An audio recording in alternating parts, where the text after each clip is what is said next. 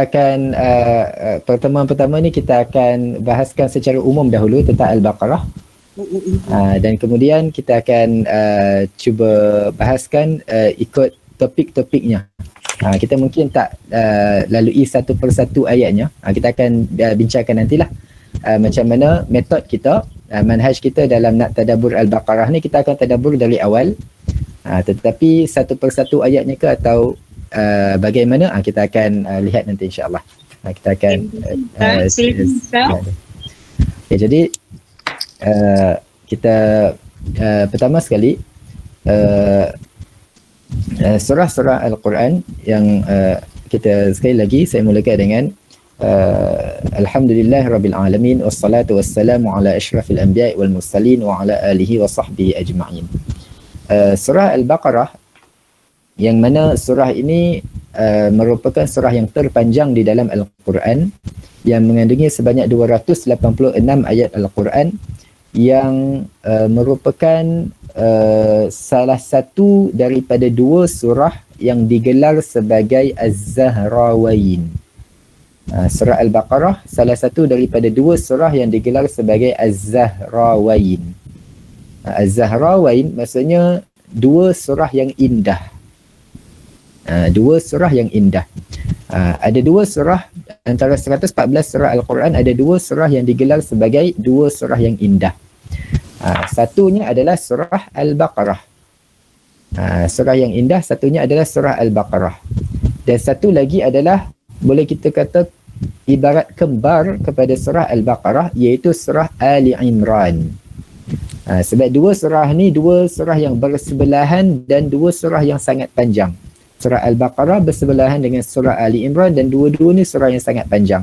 Al-Baqarah 286 ayat dan Ali Imran 200 ayat. Tapi kenapa dua-dua surah ni Nabi gelarkan sebagai Zahrawain, dua surah yang indah? Sebab kedua-dua surah ni kalau kita perhatikan, Al-Baqarah contoh, kita lihat daripada awal surah ini sehingga tengah surahnya, sehingga akhir surah ini syarat dengan cerita dan kisah tentang manusia, sama ada yang telah menjadi sejarah ataupun yang sedang berjalan ataupun yang akan berlaku. Jadi orang yang membaca surah Al-Baqarah dari awal Al-Baqarah lagi, dia buka sahaja ayat pertama Al-Baqarah, Allah mulakan penceritaan tentang, kita akan tengok nanti tentang sejarah tiga golongan manusia. Dan kemudian nanti sampai kepada tengah Al-Baqarah kita akan lihat bagaimana masih lagi cerita tentang sejarah-sejarah Nabi Ibrahim, sejarah Nabi Ismail, sejarah Nabi Daud dan Nabi Sulaiman dan banyak lagi, sehinggalah akhir Al-Baqarah sampai pula sambung pula sejarah Nabi Muhammad sallallahu alaihi wasallam, yang ketika ayat Al-Baqarah itu turun baru nak mengukir sejarah umat Islam yang nak bangkit ketika itu, dan sehinggalah akhir Al-Baqarah masih lagi cerita tentang manusia dan kisah-kisah mereka. Jadi orang yang baca Al-Baqarah, walaupun asal-asalnya bila nak baca Al-Baqarah ni rasa macam tengok ni surah Baqarah ni 286 ayat, surah paling panjang. Daripada baca Baqarah, baik aku baca surah Al-Ikhlas 3 kali, dapat macam fadilat lagi banyak lagi. Tapi sebenarnya walaupun nampak bila nak baca Al-Baqarah tu nampak macam berat nak baca, macam panjang sangat, agaknya setahun sekali boleh khatam ke atau sebulan sekali boleh khatam. Sebenarnya kalau orang tu dia baca Al-Baqarah dengan penuh penghayatan dan memahaminya dan mendalaminya, dia mungkin boleh baca dan tak terasa panjangnya Al-Baqarah. Sebab dia akan baca dari awal Al-Baqarah, dia baca mula-mula lagi dah satu cerita Allah cerita kepada dia. Lepas tu masuk bahagian kedua, sambung cerita lagi episod kedua. Masuk lagi episod ketiga, sambung lagi episod keempat, dia tak sedar tiba-tiba dah sampai la yukallifullahu nafsan illa usaha. Tiba-tiba terkejut, dah habis Al-Baqarah aku baca. Sebab apa? Dia kerana surah ini surah yang indah, yang syarat dengan cerita dan kisah yang banyak dan mengandungi pelbagai pengajaran yang boleh dipraktikkan dalam hidup dia. Dia tak perasan dia dah baca dan asyik layan cerita-cerita dalam Al-Baqarah sehingga dia telah berada di penghujung akhir Al-Baqarah. Jadi demikian juga surah Ali Imran pun sama juga. Surah Ali Imran pun surah yang mengandungi banyak kisah dan cerita dan episod-episod yang insya-Allah kita akan lihat nanti bila kita sampai pada surah Ali Imran. Cumanya kalau kita cakap sekarang ni, kita nak mulakan dengan Al-Baqarah, lepas tu insya-Allah nanti kita sambung Ali Imran. Agak-agaknya bila kita nak masuk Ali Imran? Kalau Al-Baqarah ada 286 ayat. Dan kelas kita berapa sebulan sekali kan? Ni kelas pertama 2021. Dan umur kita dah 31. Sama ada 31/1 atau 31/2. Nak sampai kepada ayat 286, satu kelas berapa ayat? Katakan satu kelas 2 atau 3 ayat. Kalau nak tadabbur secara mendalam betul-betul. Agak-agaknya kita akan sambung dalam syurga tadabbur Ali Imran pula. Jadi saya punya cadangan untuk kelas kita ni tadabbur Al-Baqarah, kita akan bahagikan perbahasan surah Al-Baqarah kita kepada topik-topik. Sebab kita kadang-kadang orang tengok Al-Quran ni, dia tak nampak cantiknya Al-Quran, dia cuma nampak surah Al-Baqarah, surah yang sangat panjang, 286 ayat. Dia baca dari 1 sampai 286, rasa macam takkan dapat lah. Sebenarnya, setiap surah Al-Quran ni, terutama surah yang panjang-panjang, dia telah dibahagikan perbahasan-perbahasan dan cerita-cerita kisah-kisah dia. Dia bukan surah Al-Baqarah sekali baca mesti sampai habis. Tak, dia ada bahagian-bahagian dia. Yang mana contoh, kita tengok sebagai contoh. Surah Al-Baqarah yang ada sebanyak 286 ayat ni, kita boleh bahagikan kepada sekitar 54 topik perbahasan. Surah Al-Baqarah ni sebab dia surah paling panjang, boleh kita bahagikan kepada sekitar 54 topik. Yang mana setiap topiknya ada mengandungi 10 ayat, ada yang mengandungi sampai 13 ayat, ada yang mengandungi 5-6 ayat. Setiap topik Al-Baqarah tu ada ayat-ayatnya, dari ayat sekian sampai sekian cerita pasal sekian.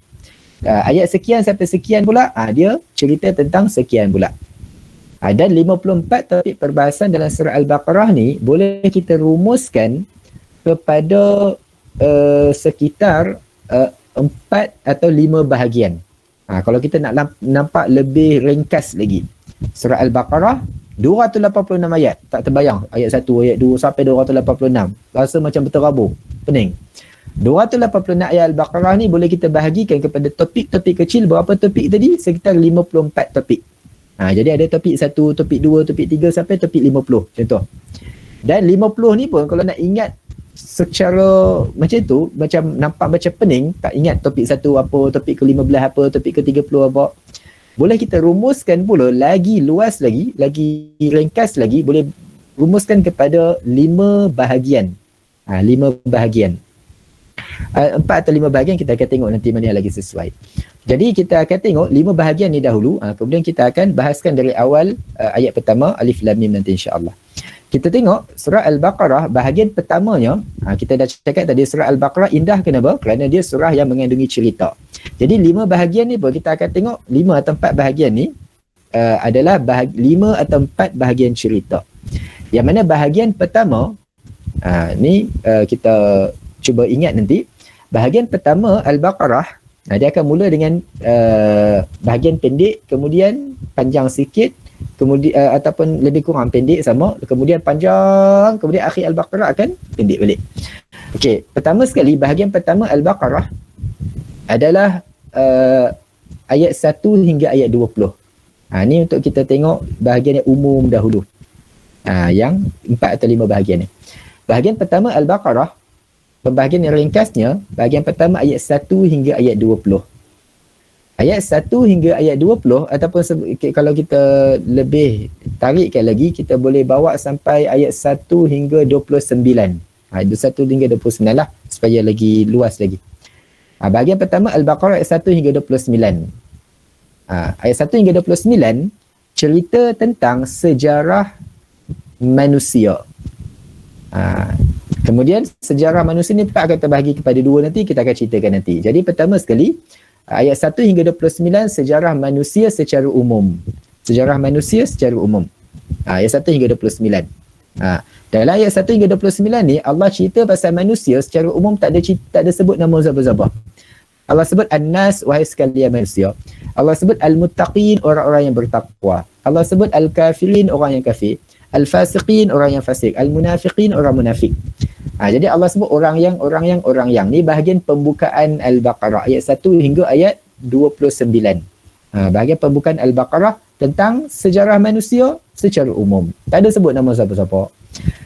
Kemudian bahagian kedua Al-Baqarah pula, bahagian kedua pada ayat 30 hingga ayat 39.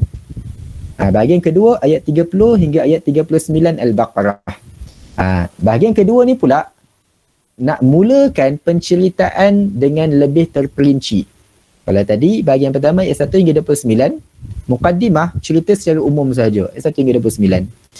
Bahagian kedua baru nak mula penceritaan dengan sedikit terperinci. Jadi Allah mulakan sikit dulu sebab akan sebut nama watak banyak sikit. Jadi takut orang tak ingat, orang terlupa. Nama dia siapa? Jadi Allah masukkan bahagian kedua ni ayat 30 hingga 39. Berapa? 10 ayat kan? Ayat 30 hingga 39. Mula ayat 30 hingga 39 ni mula penceritaan tentang manusia secara detail, sedikit terperinci, akan mula sebut nama watak-watak yang Allah sebut secara umum dekat bahagian pertama tadi. Bahagian pertama tadi kita kata Allah tak sebut nama siapa-siapa. Allah cuma sebut al-muttaqin, orang bertakwa. Tapi siapa dia orang bertakwa tu? Tak ada sebut lagi kat bahagian pertama. Allah sebut al-fasiqin, orang yang fasik. Siapa dia orang yang fasik tu? Allah sebut al-kafirin atau al-lazina kafaru, orang yang kufur. Siapa dia orang yang kufur tu? Tak ada sebut. Tak ada sebut nama siapa pun dekat ayat 1 hingga 29. Tapi mula ayat 30 sampai bahagian kedua ni 30 hingga 39, Allah akan bawakan cerita dengan watak-watak sebagai contoh bagi golongan-golongan yang Allah sebut secara umum dekat bahagian pertama. Sebab tu bahagian kedua ni Allah akan mulakan tentang sejarah manusia. Allah akan mulakan dengan cerita manusia pertama. Manusia pertama iaitu siapa? Nabi Adam alaihissalam yang Allah pilih dan lantik sebagai khalifah. Sebab tu kalau kita tengok dekat ayat 30 Allah berfirman wa idh qala rabbuka lil malaikati inni ja'ilun fil ardi khalifah. Allah beritahu malaikat dia Allah nak lantik satu khalifah di muka bumi. Siapa dia? Ayat 31 Allah berfirman wa 'allama Adam. Allah ajarkan ilmu kepada Nabi Adam alaihissalam untuk melayakkan dia menjadi khalifah di muka bumi. Jadi dalam kisah Nabi Adam ni akan disebutkan nama-nama. Akan mula bawa penceritaan dengan sebut nama watak-watak secara khusus. Tak kira nama watak siapa pun. Watak manusia Allah sebut Nabi Adam. Watak jin Allah akan sebut contoh nama Iblis. Watak malaikat Allah akan sebut nanti ayat-ayat akan datang lagi Jibril, Mikail dan lain-lain. Jadi Allah akan bawa sebagai contoh al-muttaqin seperti siapa? Seperti Nabi Adam. Al-fasiqin, al-kafirin seperti siapa? Seperti Iblis. Supaya orang baca Quran bukan dia awang-awangan saja. Al-muttaqin orang bertakwa ialah, al-kafir orang kafir. Tapi seperti siapa contohnya? Allah bawakan watak-watak supaya orang nampak dengan lebih mendalam lagi. Dan bahagian kedua ni kita kata tadi ayat 30 hingga 39. Baru nak mula cerita tentang Nabi Adam alaihissalam, tentang sejarah penciptaan manusia, tentang manusia pertama. Jadi bila dia permulaan ayat 30 hingga 39 pendek aja, dan Nabi Adam dia seorang ajalah dengan isterinya Hawa, jadi ceritanya pendek aja 30 hingga 39. Bahagian selepas tu, bahagian boleh kita kata bahagian ketiga lah untuk yang pembahagian umum ni. Bahagian ketiga pula, dah habis cerita tadi kita tentang Nabi Adam dan pasangannya Hawa. Kita tahu Nabi Adam ada keturunan ke tak ada? Nabi Adam mesti ada keturunan lah. Kalau Nabi Adam tak ada keturunan, kita keturunan siapa? Jadi Nabi Adam ada keturunan dan kita antara keturunan Nabi Adam.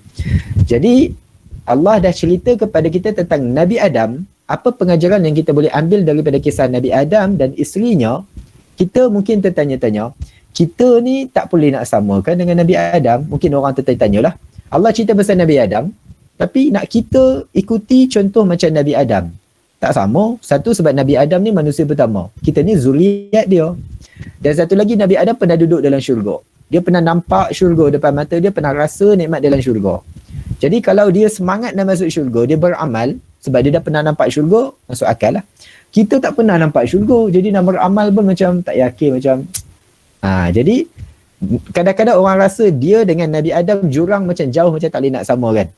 Jadi setelah bawa kisah Nabi Adam, Allah bawa pula satu kisah tentang zuriat Nabi Adam. Daripada ramai-ramai zuriat Nabi Adam yang kita pernah dengar cerita, yang kita tak pernah dengar cerita, Allah pilih satu golongan daripada banyak-banyak zuriat Nabi Adam. Allah pilih satu golongan untuk Allah ceritakan kepada kita sejarah mereka. Dan mereka ni, kenapa Allah pilih mereka? Mereka ini, siapa mereka pertama sekali? Mereka adalah yang Allah sebut dekat mula sekali topik selepas tu. Selepas kisah Nabi Adam sampai ayat 39, mula ayat 40. Mula ayat 40 Allah berfirman apa?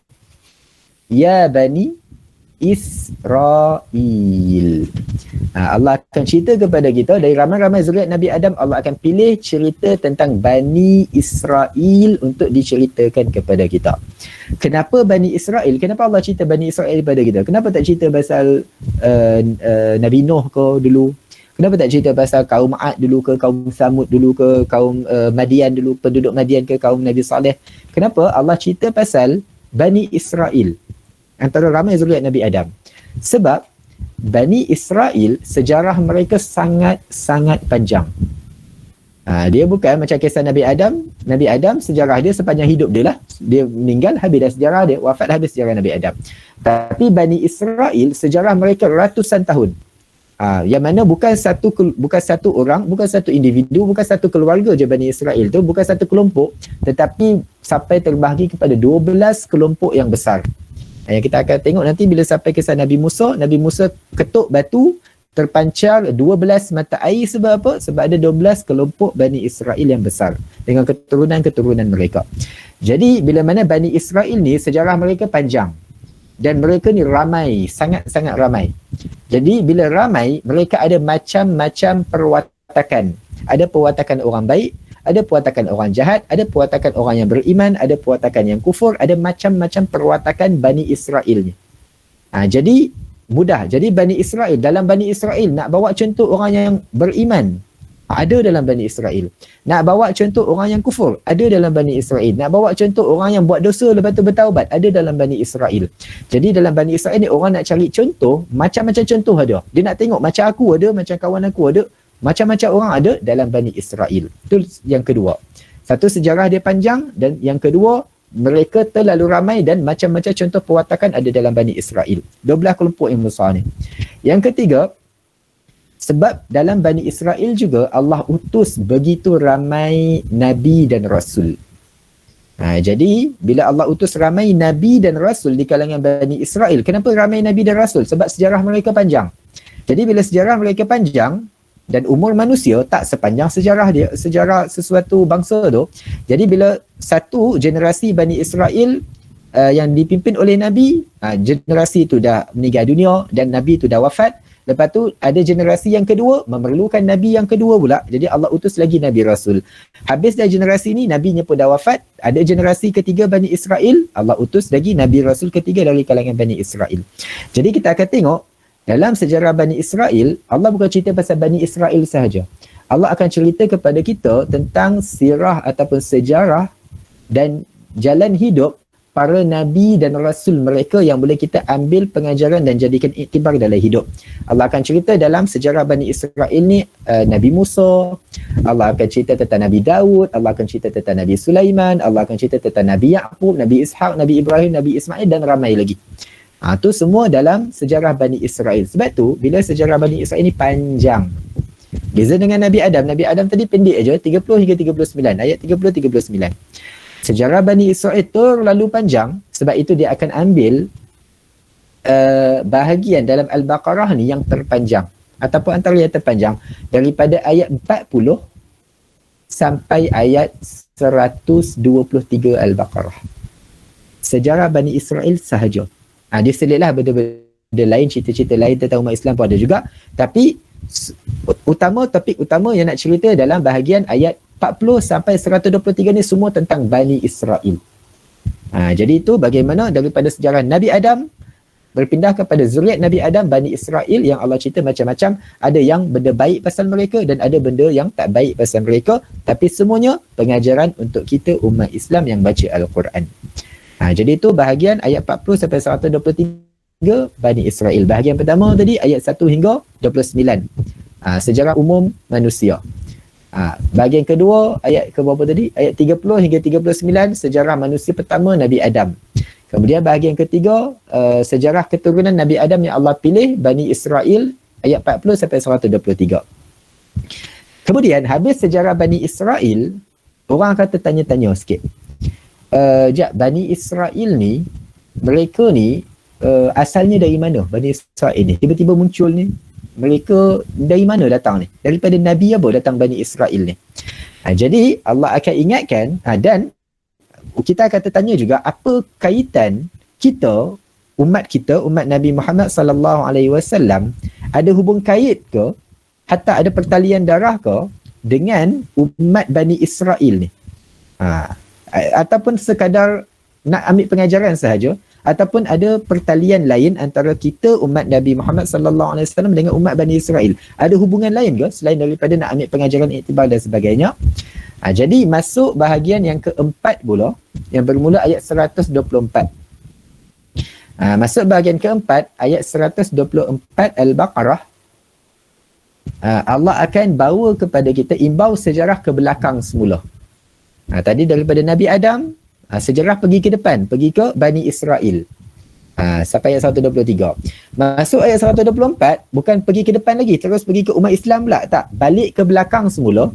Balik kepada sejarah Nabi Ibrahim alaihissalam. Sejarah Nabi Ibrahim sekitar ayat 124 hingga 141.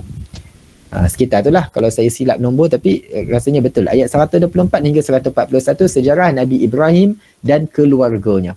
Mula ayat 124 saja Allah dah sebut nama Nabi Ibrahim. Allah berfirman, wa izibtala Ibrahim rabbuhu bikalimatin fa'atammahun. Tak apa, kalau tak terjumpa ayat tu, tak apa, benda biasa. Sebab kita nak bahaskan secara umum je dulu hari ni. Jadi ayat mula 124 sampai 141, Allah imbau sejarah Nabi Ibrahim. Kenapa cerita tentang sejarah Nabi Ibrahim tiba-tiba?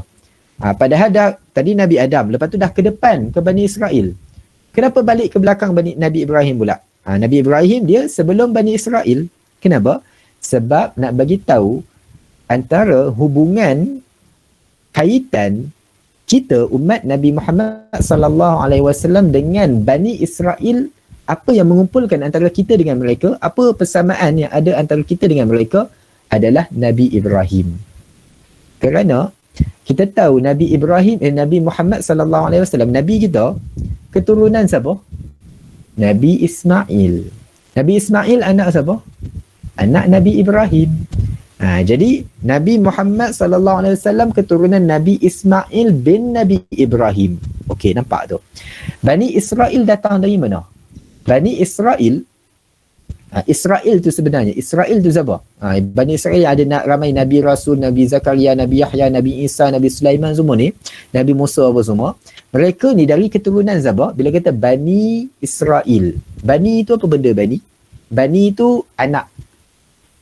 Dia kalau satu singular bin ataupun ibnun, kan kita kata Aiman bin Muhammad Syafi'i. Bin tu mana apa? Anak. Mana dia? Aiman anak lelaki Muhammad Syafi'i. Aiman bin tu mana? Aiman anak lelaki, bin. Bin tu satu orang anak, bin ataupun ibnun. Kalau jamak ramai, plural kepada bin apa? Bani. Jadi bani tu maksud anak ataupun keturunan lah, kita kata keturunan. Jadi Bani Israel, apa mana Bani Israel? Anak-anak Israel ataupun keturunan Israel. Okay, Israel tu siapa pula? Israel itu adalah Nabi Yaqub alaihissalam. Israel tu siapa? Nabi Yaqub alaihissalam. So Israel tu gelaran dia. Nama dia adalah Yaqub. Orang kampung dia panggil dia Israel. Jadi Nabi Yaqub, nama dia Nabi Yaqub, tapi gelaran dia Israel. Okey, Nabi Yaqub ni, Israel ni, Nabi Yaqub ni bin siapa? Nabi Yaqub bin Nabi Ishaq. Nabi Yaqub anak kepada Nabi Ishaq. Nabi Yusuf anak kepada Nabi Yaqub, Nabi Yaqub anak kepada Nabi Ishaq. Okey, Nabi Ishaq pula anak kepada siapa? Nabi Ishaq adik-beradik dengan Nabi Ismail. Jadi Nabi Ishaq adalah anak juga kepada Nabi Ibrahim alaihissalam. Nampak ke dah pening kepala? Boleh nampak? Okey, jadi tu bahagian ni Allah nak ingatkan ada persamaan antara umat Nabi SAW dengan umat Bani Israel, iaitu kedua-duanya jalur mereka kembali kepada Nabi Ibrahim AS. Nabi Ibrahim ada anak Nabi Ishaq dan kemudian cucunya Nabi Yaqub. Nabi Yaqub tu Israel.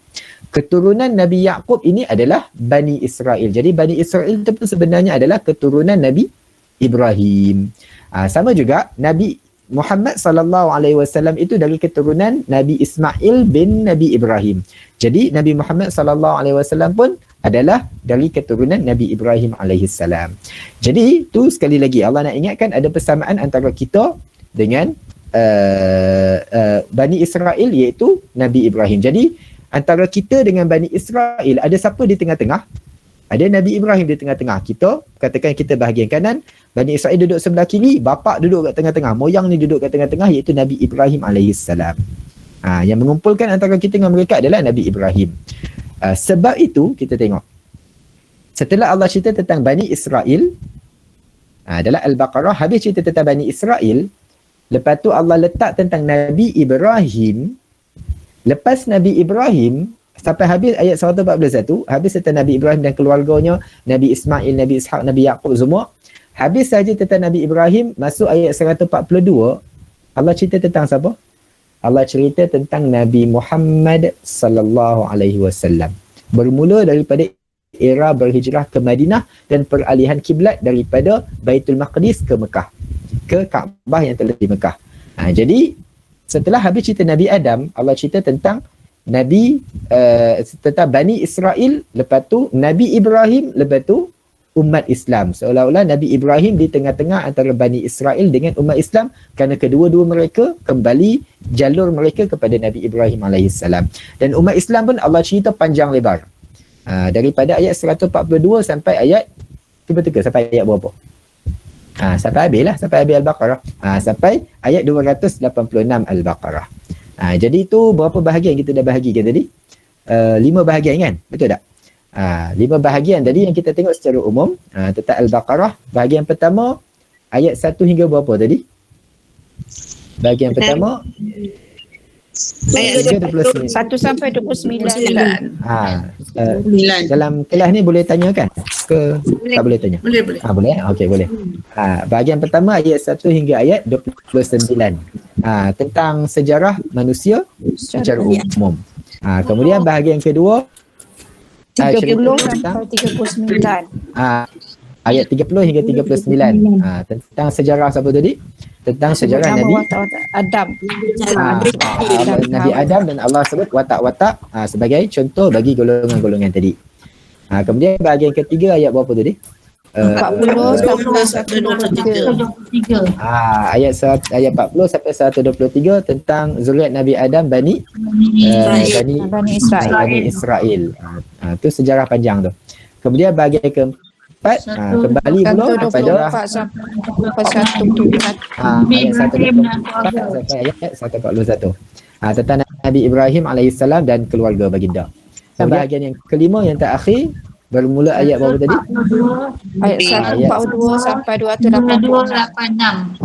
Ayat 142 sampai ayat 286 tentang sejarah Nabi Muhammad sallallahu alaihi wasallam dan umat Islam yang menjadi pengikutnya. Jadi itu bila kita dah nampak Al-Baqarah secara umum, paling kurang walaupun kita tak lalui satu persatu ayatnya, paling kurang kita dah nampak ringannya Al-Baqarah ni. Kalau tak nampak, kita cuma nampak Al-Baqarah ni, berapa muka surat ni? Panjang ni, berapa ayat? 286 ayat. Cerita pasal apa? Entah, aku tak tahu, macam-macam cerita dah. Tapi bila kita nampak secara umum, kita dah nampak, Al-Baqarah ni nak cerita pasal apa? Pasal apa? Pasal korang lah manusia. Pasal kita manusia. Manusia daripada 3 golongannya, kemudian sejarah penciptaannya dan manusia pertamanya, dan antara zuriat mereka, zuriat Nabi Adam yang ramai, Bani Israel, dan kemudian antara kita dengan Bani Israel ada Nabi Ibrahim, dan kemudian kita umat terakhir yang Allah pilih iaitu pengikut Nabi Muhammad sallallahu alaihi wasallam. Jadi itu sahaja Al-Baqarah. Surah yang paling panjang, tapi itu rumusannya, ringkasnya begitu saja, mudah dan ringan, tak perlu takut dengan Al-Baqarah. Jangan buka Al-Baqarah, tak apa, balik kepada 3 kul, balik kepada surah Al-Mulk. Jangan takut dengan Al-Baqarah. Dan ini macam itulah, semua surah Al-Quran macam tu. Tak kira surah panjang, surah pendek, boleh kita bahagikan kepada bahagian-bahagian dia untuk kita nampak secara umum surah ni cerita tentang apa sebenarnya. Jadi itu tentang secara umum kita bahagikan kepada 5 bahagian Al-Baqarah. Jadi pukul apa dah? Masa banyak lagi kan? Kut Syok cakap-cakap seorang-seorang. Ustaz boleh tanya Ustaz? Ya, boleh. Kita habis satu bahagian ni sebelum kita sambung. Nak tanya apa-apa boleh tanya dulu. Kenapa surah Al-Baqarah ni menjadi ketakutan pada syaitan? Kan kita nak masuk rumah baru, baca Al-Baqarah, atau ada gangguan ke Al-Baqarah? Apa dia punya, kenapa selain daripada sejarah yang Ustaz baru sebut tadi kan, kategori 5 tu, Okey. apa yang buat kekuatan Baqarah? Antara keistimewaan surah Al-Baqarah yang membuatkan syaitan takut dan kita baca sebagai ruqyah dan sebagainya, antara keistimewaan Al-Baqarah adalah surah Al-Baqarah merupakan surah yang mengandungi ayat yang teragung di dalam Al-Quran. Semua ayat Quran, semua ayat-ayatnya agung. 6,236 ayat Quran, semua ayat yang agung. Tapi antara banyak-banyak ayat ni, ada satu ayat yang paling agung duduknya dekat surah Al-Baqarah. Cuba teka ayat apa? Bukan Ayatul ayat Kursi. meja. Ayatul Kursi. Ayatul Kursi. Bukan ayat meja, ayat kursi. Yang dimulakan dengan firman Allah, Allahu la ilaha illa huwal hayyul qayyum. Jadi ayat kursi yang merupakan ayat teragung dan ayat yang paling ditakuti oleh syaitan duduknya dalam Al-Baqarah. Sebab itulah surah Al-Baqarah menjadi surah yang ditakuti, paling ditakuti oleh syaitan sebab ada ayat kursi. Sebab tu kalau nak halau syaitan, kalau tak boleh baca semua Al-Baqarah, at least paling kurang baca apa? Baca ayat kursi. Sebab tu mana-mana banyak tempat digalakkan kita baca ayat kursi. Selepas solat digalakkan baca ayat kursi. Sebab dalam solat, kalau kita mampu khusyuk dalam solat, kalau syaitan tak dapat ganggu kita dalam solat, luar solat dia akan usaha ganggu kita. Jadi kita cuba lindungkan diri, lepas solat pun baca ayat kursi supaya luar solat pun kita selamat daripada gangguan syaitan. Nak tidur pun takut syaitan ganggu kita waktu nak tidur pun kita baca juga ayat kursi. Jadi banyak tempat digalakkan kita baca ayat kursi sebab tu yang paling ditakuti oleh syaitan dalam banyak-banyak ayat Quran. Dan sebenarnya berkaitan ayat kursi, kita sentuh sikit. Berkaitan dengan ayat kursi dalam Al-Baqarah, dia menampakkan, perlihatkan kepada kita hubungan antara Al-Baqarah dengan surah sebelum dia. Surah sebelum Al-Baqarah surah apa? Yasin ke Al-Mulk? Sebelum Al-Baqarah surah Fatihah. Fatihah. Terus nama dia ujian tahap kesedaran. Kalau siapa jawab Al-Mulk tadi, maknanya dah mula dah mula mengantuk sikit. Sebelum Al-Baqarah adalah surah Al-Mulk. Al-Mulk pula, saya mengantuk. Surah Al-Baqarah, surah Al-Fatihah. Okey, jadi kenapa Al-Baqarah duduk sebelah Al-Fatihah? Kalau kita perhatikan, surah-surah Al-Quran yang bersebelahan, biasanya bilangan ayat dia lebih kurang, tak jauh beza. Contoh, kita tengok awal Quran, Al-Baqarah berapa ayat tadi? Al-Baqarah ada berapa ayat? 286. Okey, panjang kan? Panjang. Selepas Al-Baqarah kita ada surah apa? Ali Imran. Surah Ali Imran 20 ayat ke 30 ayat? 200 ayat. Surah Ali Imran pun panjang juga, 200 ayat. Jadi surah Al-Baqarah surah yang panjang, surah Ali Imran pun surah yang panjang. Lebih kurang 286 dengan 200 ayat. Okey, lepas surah Ali Imran kita ada surah apa? An-Nisa. Lepas Ali Imran kita ada surah An-Nisa. Surah An-Nisa berapa belah ayat? Atau berapa puluh ayat? Banyak. Surah An-Nisa pun 176 ayat kan? 176 ayat. Betul. Surah An-Nisa pun 176 ayat. Pun ratus-ratus juga. Sama juga selepas itu surah Al-Ma'idah, surah Al-An'am, surah Al-A'raf. Semua ayat dia ratus-ratus. Jadi nampak surah yang bersebelahan ni biasanya bilangan ayat lebih kurang, tak jauh. Kalau yang ni ratus-ratus, sebelah dia pun ratus-ratus. Lepas tu makin kurang kepada puluh-puluh, kepada belas-belas, sampailah kepada sampai sikit aja. Hatta akhir Al-Quran, kita tengok akhir Al-Quran pun, kalau kita tengok dekat akhir Quran, kita tengok dekat contoh daripada surah Al-Kafirun. Surah Al-Kafirun bilangan dia sampai 10 ayat tak? Tak sampai 10 ayat. Lepas Al-Kafirun ada surah An-Nasr pun tak sampai 10 ayat. Lepas tu ada surah Al-Masad pun berapa ayat aja. Sampailah ke 3 kul pun tak sampai 10 ayat. Jadi semua surah yang bersebelahan ni semuanya bila bersebelahan bilangan ayat lebih kurang je. Kalau dia lebih sikit, kalau dia kurang sikit. Tapi ada satu tempat dalam Quran pelik. Dekat mana? Al-Fatihah yang bersebelahan dengan Al-Baqarah. Al-Fatihah bersebelahan dengan Al-Baqarah. Al-Baqarah tadi ada berapa ratus ayat? 286. Al-Fatihah berapa ratus ayat? 7 saja. 700? Ayat. 7 ayat. Bukan 700. Jadi kita tak nampak pelik ke? Semua surah yang bersebelahan bilangan ayat lebih kurang panjang atau pendek sikit, panjang sikit. Macam mana boleh Al-Fatihah 7 ayat duduk sebelah Al-Baqarah, surah yang paling panjang, bukan surah yang panjang-panjang, surah yang paling panjang 286 ayat. Nampak macam kat mana kesesuaian Al-Fatihah duduk sebelah Al-Baqarah. Kesesuaian antara Al-Fatihah dengan Al-Baqarah bukan pada bilangan ayat. Beza dengan surah-surah lain. Kesesuaian antara Fatihah dengan Al-Baqarah sampai boleh duduk sebelah-sebelah, apa dia? Iaitu Al-Baqarah kita kata tadi surah yang mengandungi ayat yang teragung di dalam Al-Quran, ayat kursi. Surah Al-Fatihah pula dalam hadis Nabi SAW gelarkan Al-Fatihah sebagai apa? Al-Quranul Azim. Nabi gelarkan Al-Fatihah sebagai surah yang teragung di dalam Al-Quran. Antara 114 surah Al-Quran, surah yang teragung adalah surah apa? Surah Al-Fatihah. Sebab surah Al-Fatihah antara keistimewaan dia merupakan surah yang hanya ada dalam Quran, tak ada dalam Taurat, tak ada dalam Injil, tak ada dalam Zabur, tak ada dalam mana-mana kitab lain selain Al-Quran. Kalau surah-surah lain, ada antara surah lain yang pernah ada dalam kitab lain. Antaranya surah Al-A'la, Sabbihisma rabbikal a'la allazi khalaqa fasawwa. Surah Al-A'la pernah ada dalam lembaran kitab Nabi Ibrahim dan Nabi Musa. Surah Al-A'la sebiji dalam Al-Quran, ada dalam kitab terdahulu, cuma bahasa lain lah. Sebab tu Allah sebut dekat akhir surah Al-A'la apa? Inna haza lafis suhufil ula. Sesungguhnya peringatan dalam surah Al-A'la ini sudah ada dalam suhuf yang terdahulu. Suhuf siapa? Suhufi Ibrahim wa Musa, iaitu dalam lembaran yang diturunkan kepada Nabi Ibrahim dan Nabi Musa. Jadi ada ayat yang pernah diturunkan dalam kitab terdahulu kecuali Al-Fatihah. Al-Fatihah surah yang Allah khususkan untuk kita umat Nabi Muhammad sallallahu alaihi wasallam.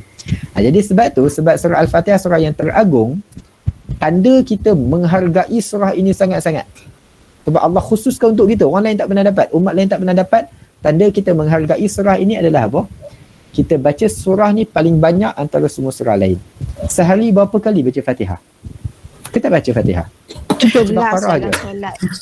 17 kali. Al-Fatihah kita baca minimum 17 kali sehari semalam. Dalam 17 rakaat salat fardu 5 waktu tu minimum, tak masuk dalam salat sunat lagi. Al-Baqarah ada baca sehari 17 kali. Tak ada. Baca sekali dalam 17 tahun. Tak, bukanlah, maknanya susahlah nak khatam dia dalam masa yang cepat, beza dengan Al-Fatihah. Tak gurau je lah. Jadi kaitan antara Al-Fatihah dengan Al-Baqarah.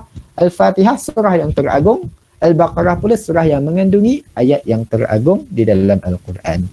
Jadi tu sedikit kaitan ya dengan soalan berkaitan dengan ayat kursi tadi. Okey, ada apa-apa soalan lain sebelum kita berpindah? Ustaz, saya ke Ustaz.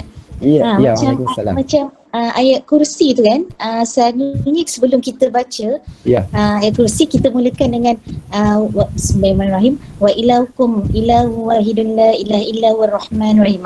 Dari mana ayat tu Ustaz dapat nak mulakan? Terima kasih. Ayat wa ilahukum ilahun wahid la ilaha illa huwar rahmanur rahim. Ayat tu kah? Ya, betul. Ayat tu, selalu sebelum kita baca ayat tu pun daripada surah Al-Baqarah juga. Ayat kursi dalam Al-Baqarah, ayat wa ilahukum ilahun wahid pun dalam surah Al-Baqarah, dekat nombor je, tengok nombor ayat. Wa ilahukum ilahun wahid, dekat surah Al-Baqarah juga ayat Cuba tengok dekat kalau ada Quran lah, dekat surah Al-Baqarah ayat 163. Wa ilahukum ilahun wahid la ilaha illa wa rahmanur rahim. Jadi dia dua-dua ayat tu ayat dalam Al-Baqarah.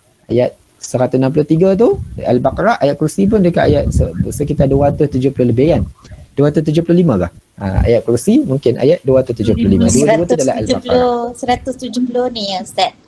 175. 275. Ayat kursi.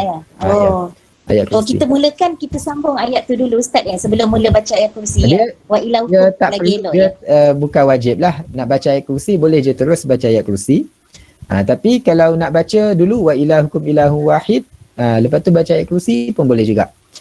Cuma mungkin kita tertanyalah kenapa kebiasaan masyarakat kita bila lepas salat kan dah zikir apa semua, sebelum nak baca ayat kursi dia baca wa ilahukum ilahun wahid kan. Kalau katakan nak baca ayat kursi sahaja, baca je Allahu la ilaha illa wal hayyul qayyum, ataupun masa nak tidur baca je Allahu la ilaha illa wal hayyul qayyum. Tapi kenapa lepas solat baca sebelum ayat kursi baca ayat 163 ni tadi, wa ilahukum ilahun wahid la ilaha illa wa rahmanur rahim. Kenapa orang kita, masyarakat kita biasa buat macam tu? Dia sebenarnya ada sebab dia. Walaupun bukan ada fadilat khusus tertentu, nak baca ayat kursi kena baca wa ilahukum ilahun wahid, tak ada fadilat tertentu lah. Tapi kenapa masyarakat kita biasa buat macam tu? Antara sebabnya, sebab ada dalam hadis Nabi SAW ada bagi tahu tentang nama Allah yang teragung. Allah kan ada banyak nama kan, Ar-Rahman, Ar-Rahim, Al-Malik, Al-Qudus, Al-Qayyum, Al-Ghafur, macam-macam. Ada banyak, minimum 99 nama Allah, dan ada banyak lagi Al-Asma'ul Husna tu. Okey. Dan antara banyak-banyak Al-Asma'ul Husna, antara banyak-banyak nama Allah yang agung, ada satu nama Allah yang teragung. Yang mana Nabi SAW bagi tahu siapa yang berdoa dan dia minta, dia doa pada Allah, dia doa pada Allah dengan menggunakan nama Allah yang teragung ini. Dia doa pada Allah dan dia sebut, ya Allah aku minta engkau dengan nama engkau yang teragung ini, dia sebut nama Allah yang teragung tu. Nescaya Allah akan kabulkan permintaan dia. Kita pun tanya-tanyalah, apa nama Allah tu? Banyak benda aku nak minta ni, handbag baru, itu baru, ini baru, langsir baru, macam-macam nak minta. Minta kat lelaki kita tak dapat, minta kat Allah lah senang. Jadi kita tertanyalah, apa dia nama Allah yang teragung yang kalau kita doa, kita baca, sebut nama Allah yang teragung tu, kita akan dapat. Apa dia? Nabi tak bagi tahu. Nabi tak bagi tahu. Kalau tak, kerja doa je lah, tak buat kerja lain. Jadi Nabi tak bagi tahu nama tu, tapi Nabi bagi clue. Nabi bagi tahu nama Allah itu yang teragung tu ada pada antaranya, Nabi bagi tahu ayat yang ada mengandungi nama Allah yang teragung tu. Antaranya ayat kursi dan ayat wa ilahukum ilahun wahid la ilaha huwa rahmanur rahim. Jadi Nabi bagi tahu dalam ayat ni ada nama Allah yang teragung. Tapi Nabi tak bagi tahu yang mana satu. Jadi kita tengoklah dalam ayat ni, wa ilahukum ilahun wahid la ilaha illa huwa rahmanur rahim. Ada berapa nama? Ada 2 nama. Nama Allah Ar-Rahman. Ya? Yang wahid tu, wahid Ar-Rahman Ar-Rahim. Wahid tak kira? Ahad, sorry. Kalau dia wahid, wahid pun boleh kira juga kalau nak masukkan, cuma sebab wahid dekat situ dia bukan dalam bentuk nama. Wahid dekat situ dia dalam bentuk macam sifat, sebab Allah kata hun ilah Tuhan yang satu. Bukan kalau al-wahid, dia kalau nak jadikan nama Allah dia kena ada al dekat situ. Al-wahid baru jadi nama Allah. Contoh kalau kata Ghafur, Ghafur bukan nama, Ghafur tu sifat. Nama Allah yang Maha Pengampun Al-Ghafur. Dia kena ada al baru jadi nama. Contoh nama Allah Wadud. Kalau Wadud yang Maha lemah lembut terhadap hamba-Nya, Wadud dia sifat. Al-Wadud baru jadi nama. Sama juga Razzaq yang memberi rezeki. Itu perbuatan nak bagi tahu Allah memberi rezeki. Nama Allah pemberi rezeki kena tambah al. Jadi Ar-Razzaq. Macam tu. Tapi kalau wahid dekat situ nak kira sebagai nama pun boleh jugalah. Kita kira nombor 3 lah. Tapi ada 2 yang utama kat situ lah. Ada Ar-Rahman dan juga Ar-Rahim. Jadi ada 2 nama kat situ, Ar-Rahman, Ar-Rahim. Dan kita tak tahu mana satu. Ar-Rahman ke Ar-Rahim yang nama Allah yang teragung di situ. Jadi nak selamat kita baca je dua-dua dengan cara kita baca ayat tu wa ilahukum ilahun wahid la ilaha illa huwa rahmanur rahim. Sebab biasa kan lepas kita salat kan kita nak doa kan. Jadi sebelum nak doa kita nak baca ayat kursi dulu. Jadi nak pastikan doa kita nanti makbul, lindungi nama Allah yang teragung wa ilahukum ilahun wahid la ilaha illa huwa rahmanur rahim. Lepas tu kita baca ayat kursi, kita habiskan zikir dan kita berdoa permintaan kita, hajat kita kepada Allah. Jadi tu antara itulah sebab. Tapi kalau tak nak baca pun tak jadi masalah, boleh baca ayat kursi terus pun tak apa, boleh. Terima kasih Ustaz. Okey. Jadi okey. Lebih elok kita guna baca ayat wa ilahukum tu lah Ustaz ya, sebab Nabi dah bercakap kan macam tu. Nabi dah nasihatkan macam tu. Okey, terima kasih Ustaz. Ya. Ada apa lagi pertanyaan? Ustaz, ayat 256 ada kata digalakkan kita baca selepas ayat kursi. Ayat apa? Ayat 256 selepas ayat kursi, la ikraha fiddin. Ayat 256. La ikraha fiddin qad tabayyana ar-rusydu minal ghayy. Yang tu? Ya. Dia galakan selepas galakan dia pada ayat kursi sahaja yang asal dia. Galakan yang paling utamanya dia fadilat dia fadilat baca ayat kursi tu yang Nabi SAW bagi tahu siapa yang setiap kali lepas setiap salat fardu dia baca ayat kursi, maka tidak ada penghalang antara dia dengan syurga melainkan mati sahaja. Maknanya siapa yang baca ayat kursi dia sangat dekat dengan syurga. Tapi dia belum boleh masuk syurga sebab apa? Sebab dia belum mati. Kalau dia mati, dia dapat peluang besar untuk masuk syurga kalau dia selalu istiqamah setiap lepas salat fardu dia baca ayat kursi. Jadi tu fadilat dia lah. Fadilat tu untuk kalau baca ayat kursi sahaja membadai, walaupun dia tak baca sebelumnya wa ilahukum ilahun wahid, walaupun dia tak baca selepasnya la ikraha fiddin.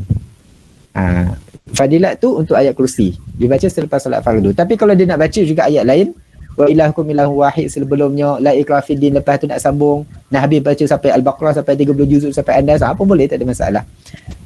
Cuma fadilat tu memadai dengan membaca ayat kursi setiap lepas salat fardu 5 waktu. Okey, boleh. Nasib Ustaz. Ya. Okay, kalau ada beberapa soalan kita boleh serahkan kepada Ustaz. Ustaz nak teruskan silakan. Okey. Jadi kita sambung sikit lagi berkaitan perbahasan Al-Baqarah ni tadi secara umum. Jadi kita tengok lepas kita dah nampak 5 bahagian Al-Baqarah ni, 5 bahagian ni pula kita boleh bahagikan kepada topik-topik kecil. Kalau topik-topik kecil yang mana kita akan tengok, kita akan bahagi kalau kita nak pecahkan lagi kepada 54 topik tadi, dia akan jadi satu bahagian 5 ayat, satu bahagian 10 ayat, satu bahagian hatta ada satu bahagian 2 ayat sahaja, satu bahagian 4-5 ayat, macam tu. Jadi kalau kita nak ambil contoh dahulu sebagai muqaddimah kepada pembahagian topik-topik yang kecil ni, kita tengok contoh permulaan Al-Baqarah.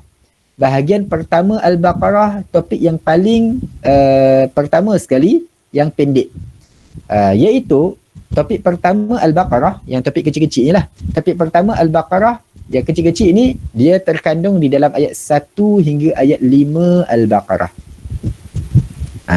Ayat 1 hingga 5 ni yang rasa semua orang hafal kot kan, yang mula dengan alif lam mim sampai ulaika ala hudan min rabbihim wa ulaika humul muflihun.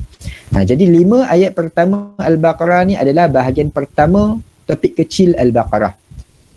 Kemudian kita akan tengok nantilah bahagian kedua ayat 6 sampai 7, bahagian ketiga ayat 8 hingga 20, bahagian keempat lepas tu 21 sampai 29. Tu kita akan bahagikan nanti satu persatu, panjang cerita lah. Tapi kita tengok kenapa ayat 1 hingga 5 ni dia apa cerita sebenarnya. Surah Al-Baqarah ni selain kita nampak tadi, surah ini surah yang terpanjang tapi tersusun. Dan setiap susunan dia tu ada bahagian-bahagian tertentu dia. Dia susunan dalam Al-Quran ni, kalau kita perhatikan, dia bukan sahaja susunan tu strategik dan teliti dalam surah tu sahaja. Hatta susunan tu cantik dan teliti dengan surah yang sebelum dan selepasnya juga. Kita tengok Al-Baqarah ni ayat 1 hingga 5 ni sebenarnya cerita tentang apa? Kalau kita baca ayat pertama dia, Allah cerita tentang Allah berfirman ayat kedua tu Alif Lam Mim. Setelah ayat pertama Alif Lam Mim, Allah berfirman ayat kedua apa? Zalikal kitabu la raiba fi hudal lil apa? Muttaqin. Lil muttaqin. Maknanya ayat 1 hingga 5 ni nak cerita tentang siapa? Orang yang kafir ke, orang yang munafik ke, orang yang apa ni? Orang yang orang yang mengikuti kitab Al-Quran yang digelar sebagai Al-Muttaqin, orang yang bertakwa. Jadi ayat 1 hingga 5 ni nak cerita tentang orang bertakwa.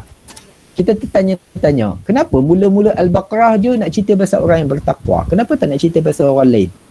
Kenapa cerita pasal orang bertakwa? Kita tertanya, orang bertakwa ni orang yang nak masuk syurga ke yang tak nak masuk syurga? Masuk syurga. Nak masuk syurga. Apalah. Takkan, kau bertakwa sangat ni kenapa? Nak masuk neraka? Tak ada. Tak nak bertakwa masuk syurga lah. Bukan nak masuk neraka. Jadi, kenapa mula Al-Baqarah ayat 1 hingga 5 Allah cerita pasal orang bertakwa? Orang bertakwa ni orang yang nak masuk syurga. Okey. Kenapa mula-mula Al-Baqarah lagi nak cerita pasal orang yang masuk syurga? Sebab ayat terakhir Al-Fatihah sebelum tu. Ayat terakhir Al-Fatihah Allah cerita tentang siratal ladzina an'amta. Hafal Fatihah ke tak hafal Fatihah? Siratal ladzina an'amta alaihim. Kita perhatikan akhir Al-Fatihah ada kaitan rapat dengan awal Al-Baqarah. Seolah-olah Al-Baqarah ni sambung dengan akhir Al-Fatihah. Akhir Al-Fatihah, ayat terakhir tu cerita tentang apa sebenarnya? Akhir Al-Fatihah Allah berfirman, Allah cerita tentang 3 golongan manusia. Kita akan tengok 3 golongan ni dekat akhir Al-Fatihah. Pertama, siratal ladzina an'amta alaihim. Jalan orang-orang yang mendapat nikmat daripada Tuhan mereka. Nikmat situ maksud nikmat syurga lah. Tu golongan manusia yang pertama. Allah akan sebut 3 golongan manusia. Yang pertama yang mendapat nikmat syurga allazina an'amta alaihim. Golongan kedua adalah golongan apa? Ghairil maghdubi alaihim. Ni golongan kedua. Golongan kedua adalah golongan yang dimurkai ke atas mereka. Kalau murka masuk syurga ke masuk mana ni? Neraka. Masuk neraka lah. Takkan murka kau dimurkai pergi masuk syurga. Taklah, pergi masuk neraka lah. Jadi maghdubi alaihim yang kedua yang dimurkai, yang dihumban ke neraka. Golongan yang ketiga yang terakhir adalah waladhdallin. Golongan yang ketiga dhalin ni yang tersesat. Tersesat ke syurga ke neraka ni? Neraka. Ke neraka lah. Tak ada orang tersesat ke syurga. Yang tersesat ke neraka, dia nak ke syurga, lepas tu dia tersesat ke neraka. Tak ada orang tersesat ke syurga, jalan ke akhirat nanti, lalu kat titian sirat sampai kat pintu syurga. Sampai kat pintu syurga, malaikat cakap, selamat sampai dah, sila, ahlan wa sahlan, sila masuk syurga. Dia pun pelik, dia ajak malaikat, saya sesat ni, saya nak ke neraka sebenarnya, macam mana boleh sampai syurga? Tak ada orang tersesat ke syurga. Kalau dia sampai ke syurga sebab memang nak masuk syurga. Tapi yang sesat nak ke syurga, tersesat ke neraka, yang tu ya ada. Jadi ad-dhalin tersesat ke neraka. Jadi 3 golongan ni Allah rumuskan semua manusia. Semua manusia dari zaman Nabi Adam sampai manusia terakhir, kiamat nanti. Semua manusia masuk satu daripada 3 golongan ni. Sama ada dia masuk golongan allazina an'amta alaihim yang jadi ahli syurga, atau dia akan termasuk al-maghdubi alaihim yang dimurkai kena humban masuk neraka, atau masuk golongan ad-dallin yang nak ke syurga tapi tersesat masuk ke neraka. Semua manusia akan masuk satu daripada 3 golongan ni, tak ada yang keempat. Okay, jadi macam mana Allah boleh rumuskan semua manusia 3 golongan dalam satu ayat Al-Fatihah? Kita jadi bingung lah. Aku nak masuk golongan pertama ke kedua ke ketiga? Mesti nak masuk golongan pertama. Jadi kita tertanya, golongan pertama ahli syurga ni, allazina an'amta alaihim ni siapa ni? Siapa golongan allazina an'amta alaihim? Siapa mereka? Aku nak jadi macam mereka. Aku kena buat apa? Aku kena amal apa? Lepas tu al-maghdubi alaihim. Yang dimurkai ni siapa pula? Ada buat dosa apa ni? Aku nak tahu dosa apa dia buat. Aku tak nak buat macam dia. Sebab aku nak selamat daripada neraka. Golongan ad-dallin pula yang tersesat ni, kesiannya. Dia nak ke syurga dah. Nak ke syurga. Macam mana boleh silap jalan tersesat ke neraka? Apa silap dia? Aku nak tahu apa silap dia buat supaya aku tak buat silap sama macam dia, tersesat ke neraka juga. Jadi manusia tertanya, siapa mereka allazina an'amta alaihim? Siapa mereka al-maghdubi alaihim? Siapa mereka ad-dallin? Jadi Allah jawab untuk kita sejurus selepas Al-Fatihah. Bermula sahaja Al-Baqarah. Mula Al-Baqarah Allah akan cerita tentang 3 golongan yang sama. Allah akan cerita dalam Al-Baqarah allazina an'amta alaihim, al-maghdubi alaihim, ad-dallin. 3 golongan yang sama. Sebab tu kita tengok, kita bahagikan dululah secara umum dahulu, nanti lanjut, nanti kita akan perincikan. Jadi golongan siratal ladzina an'amta alaihim dalam Al-Fatihah tu, ahli syurga yang mendapat nikmat dari Tuhan mereka. Siapa mereka? Apa cerita mereka? Apa amalan mereka? Allah perincikan cerita di mana? Di ayat 1 hingga 5 Al-Baqarah. Jadi siratal ladzina an'amta alaihim, sambungan dia kat mana? Ayat 1 hingga 5 Al-Baqarah. Allah pun bagi tahu dalam Al-Baqarah, zalikal kitabu la raiba fihi hudal lil muttaqin. Nak bagi tahu siratal ladzina an'amta alaihim, ahli syurga adalah al-muttaqin, orang yang bertakwa. Jadi ayat 1 hingga 5 akan cerita tentang siratal ladzina an'amta alaihim. Okey, kemudian al-maghdubi alaihim, mereka yang dimurkai ke atas mereka. Golongan yang dimurkai ni pula, siapa mereka? Apa dosa yang mereka buat? Golongan kedua ni Allah cerita dekat ayat 6 dan 7 Al-Baqarah. Allah bagi tahu yang mereka ada dilakukan satu dosa yang sangat besar, iaitu dosa kekufuran. Kan, innal ladzina kafaru. Sesungguhnya orang-orang yang kufur itu, yang kau beri peringatan ke tak beri peringatan ke, mereka tak akan beriman. Sebab apa? Sebab dah terkunci hati mereka dan pendengaran pun dah tersumbat dan mata penglihatan pun tak boleh membezakan yang baik dengan yang benar. Yang baik dengan yang salah. Jadi tu bahagian kedua, al-maghdubi alaihim, Allah cerita dalam ayat 6 dan 7 Al-Baqarah. Kemudian golongan yang ketiga, apa golongan yang ketiga? Al-kafirin ke al-munafiqin ke apa? Golongan ketiga adalah golongan ad-dallin, golongan yang tersesat. Golongan yang tersesat yang ketiga ni Allah cerita kat mana? Dalam Al-Baqarah bahagian ketiga tu ayat 8 hingga ayat 20. Panjang tu, 13 ayat. Jadi itu bagaimana? Akhir Al-Fatihah cerita tentang 3 golongan secara ringkas dalam satu ayat je. 3 golongan dalam satu ayat Al-Fatihah. Lepas tu perinciannya daripada ayat 1 hingga 5 Al-Baqarah, orang ahli syurga.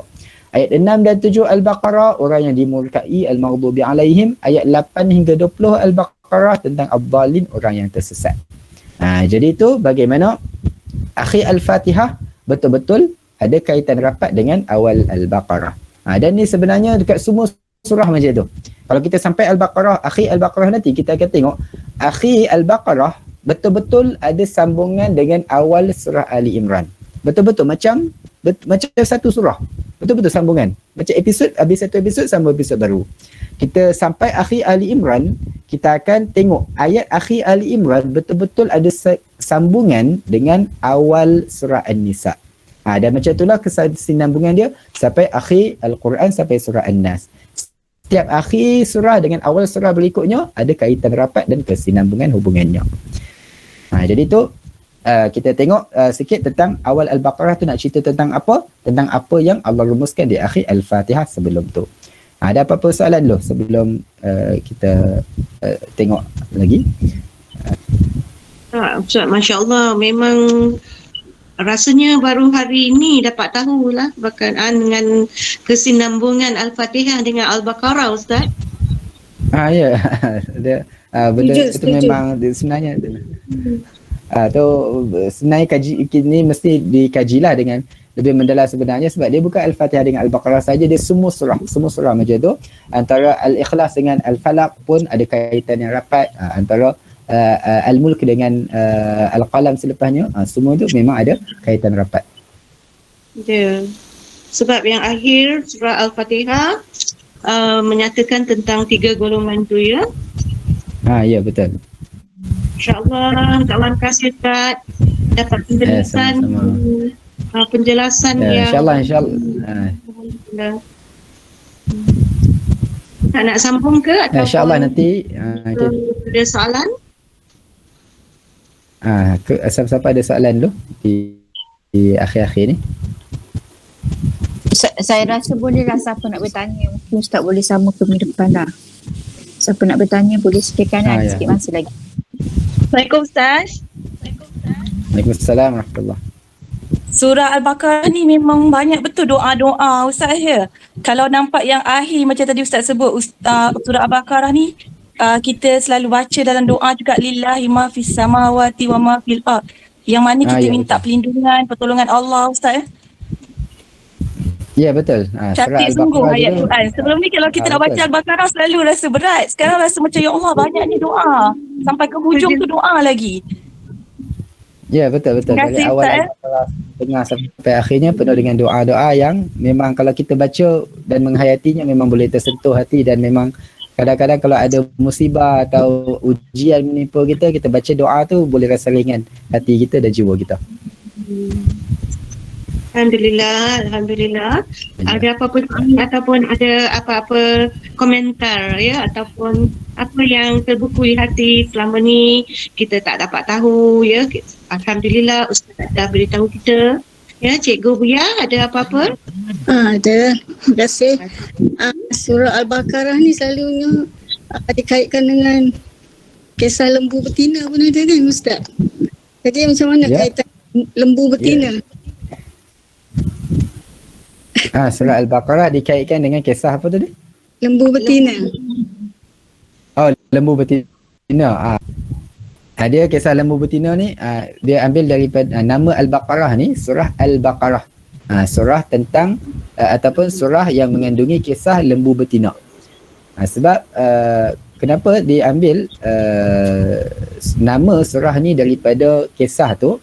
Sebab dia berkait dengan kisah dalam surah ni sendiri yang insya-Allah nanti kita sampai pada ayat 67 Al-Baqarah. Dia sampai sekitar ayat 74 macam tu. Ayat 67 sampai 74, tu Allah cerita tentang kisah lembu betina yang ada berlaku di zaman Bani Israel. Allah masukkan sikit tentang Bani Israel, sebab tu pun dah masuk sejarah Bani Israel daripada ayat 40 lagi. Jadi Allah cerita antara kisah peristiwa yang berlaku di zaman Bani Israel adalah kita rumuskan kisah dia lah sampai nanti kita pelincikan. Allah cerita ada berlaku pembunuhan di kalangan Bani Israel pada zaman Nabi Musa alaihissalam. Satu orang dekat satu kampung Bani Israel, satu orang dia keluar rumah, dia keluar pagi, dia buka pintu rumah dia terkejut ada mayat depan rumah dia, ada orang mati. Nampak tanda-tanda dia dibunuh, kena tikam ke, kena kelar ke apa, nampaklah mati dibunuh. Jadi dia bagi tahu kat jiran dia, lepas tu kecoh lah. Lepas tu semua orang saling tuduh-menuduh siapa yang bunuh dia. Jadi dia orang dah saling tuduh-menuduh, kau yang bunuh tak, kau yang bunuh tak? Semua nak bergaduh. Lalu mereka pun rujuklah pada Nabi Musa. Nabi Musa ada di situ. Jadi mereka tanya pada Nabi Musa siapa yang bunuh orang ni. Lalu Nabi Musa pun mohon kepada Allah untuk tunjukkan siapa pembunuh sebenar. Lepas tu bila Allah suruh Allah bagi tahu pada Nabi Musa, nak tahu siapa pembunuh dia, pergi sembelih seekor lembu betina. Jadi ni jadi kisah yang kontroversi sehingga dimasukkan dalam surah Al-Quran Al-Baqarah ini dan jadi nama surah ni. Kisah lembu betina ni yang disembelih untuk mencari siapa pembunuh di kalangan Bani Israel tu, kisah ni jadi kontroversi sampai dijadikan nama surah ni Al-Baqarah. Kenapa kontroversi? Sebab kita katakan ada orang mati kat taman perumahan kita ke, kampung kita ke, ada orang mati, kita nampak orang ni macam mati dibunuh ni, nampak kesan-kesan darah apa semua, ada orang mati dibunuh. Kita buat apa? Kita pergi lapor polis lah. Bila kita pergi lapor polis, kita rasa polis akan buat apa? Polis akan buat jamuan ke? Tak, buat jamuan tu mungkin keluarga dia ke apa. Tapi polis akan buat apa? Siasat lah. Kita lapor kat polis, macam mana kita bayangkan kalau kita pergi lapor kat polis, cakap, polis, encik polis, saya nak laporkan ada kes pembunuhan dekat kampung saya ni. Polis cakap, oh ada kes pembunuhan. Okey, pertama sekali, kita bayang polis akan cakap, pertama sekali kita pergi, kita panggil forensik, kita panggil orang tu orang ni.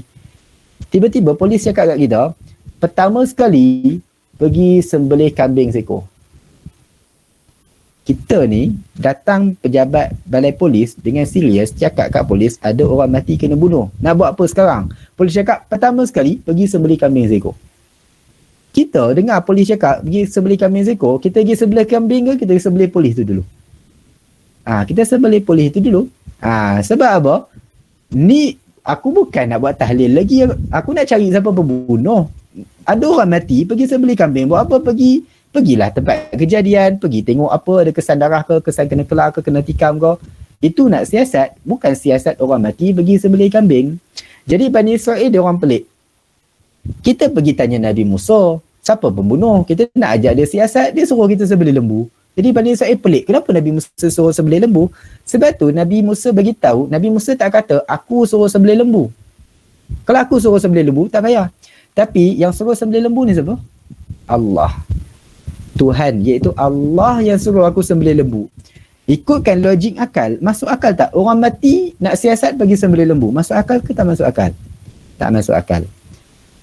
Kalau yang suruh kita buat benda tak masuk akal tu, polis ke, ustaz ke, mana-mana ke, kita tak payah buat. Sebab benda tak masuk akal, buat apa nak buat?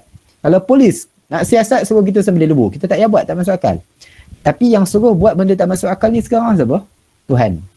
Yang suruh sembelih lembu untuk cari pembunuh siapa? Allah. Jadi bila Allah suruh, jangan tanya masuk akal ke tak masuk akal.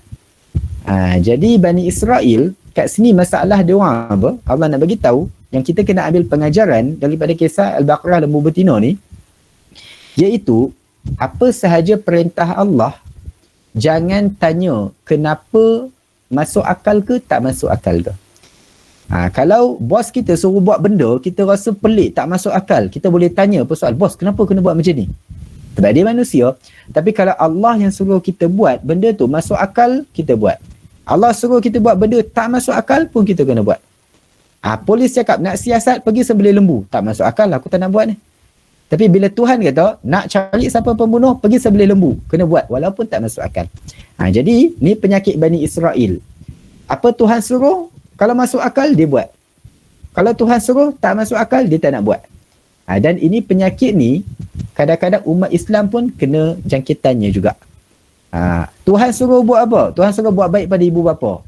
Masuk akal. Aku buatlah, aku nak buat baik pada ibu bapa. Sebab tu memang masuk akal. Tuhan suruh harta pusaka anak lelaki 2 kali daripada anak perempuan. Tak masuk akal. Anak perempuan pun kerja juga. Nak tanggung itu juga. Ni tak masuk akal, aku tak nak terima. Tu penyakit Bani Israel lah. Tuhan suruh buat benda yang masuk akal, dia buat. Tuhan suruh dia buat benda yang pada dia tak masuk akal, dia tak nak buat.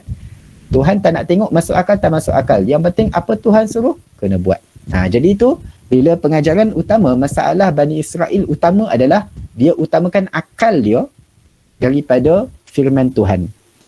Umat Islam kena jaga-jaga. Walaupun akal tu benda yang kurniaan yang besar, tapi jangan tuhankan akal kita. Kita bertuhankan Allah, bukan bertuhankan akal. Apa Allah suruh buat, buat. Masuk akal ke tak masuk akal, taat sahaja. Jadi itu kenapalah surah ini dinamakan dengan nama surah Al-Baqarah, sampai ada peristiwa yang nak bawa pengajaran tentang taat kepada Allah dalam perkara masuk akal maupun tidak. Tu sikitlah, kita akan perincikan lagi bila kita sampai pada ayat 67 tu nanti insya-Allah. Okey, boleh? Okay. Cikgu Buya, jelas? Alhamdulillah jelas. Kalau tidak terfikir-fikir kenapalah lembu betina bukan lembu jantan, kenapalah Ya. Dah jelas. Lembu betina yang tidak bunting kan Ustaz? Ya.